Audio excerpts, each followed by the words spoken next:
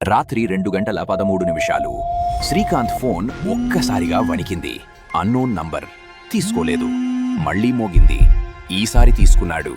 అవతల నుంచి మాటలు లేవు. కేవలం శ్వాస. నెమ్మదిగా, భయంగా. హలో అన్నాడు. అప్పుడొచ్చింది ఓ అమ్మాయి గొంతు. అన్నా, నన్ను తీసుకెళ్తున్నారు, ప్లీజ్ కాపాడండి. Phone cut. శ్రీకాంత్ చేతులు వణికాయి. అప్పుడే టీవీలో బ్రేకింగ్ న్యూస్. హైవే వద్ద ఓ యువతి కిడ్నాప్. ఫోన్ అక్కడే పడిపోయింది. శ్రీకాంత్ కాల్ లాగ్ చూశాడు. ఆ కాల్ తన నంబర్ నుంచే వచ్చింది. పోలీసులు చెప్పింది మరింత భయంకరం.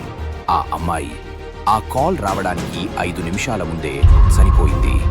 ఇప్పటికీ ప్రతి రాత్రి 2:13 శ్రీకాంత్ ఫోన్ నిశ్శబ్దంగా వణుకుతుంది. కాల్ లేదు, కానీ స్క్రీన్ వెలుగుతుంది.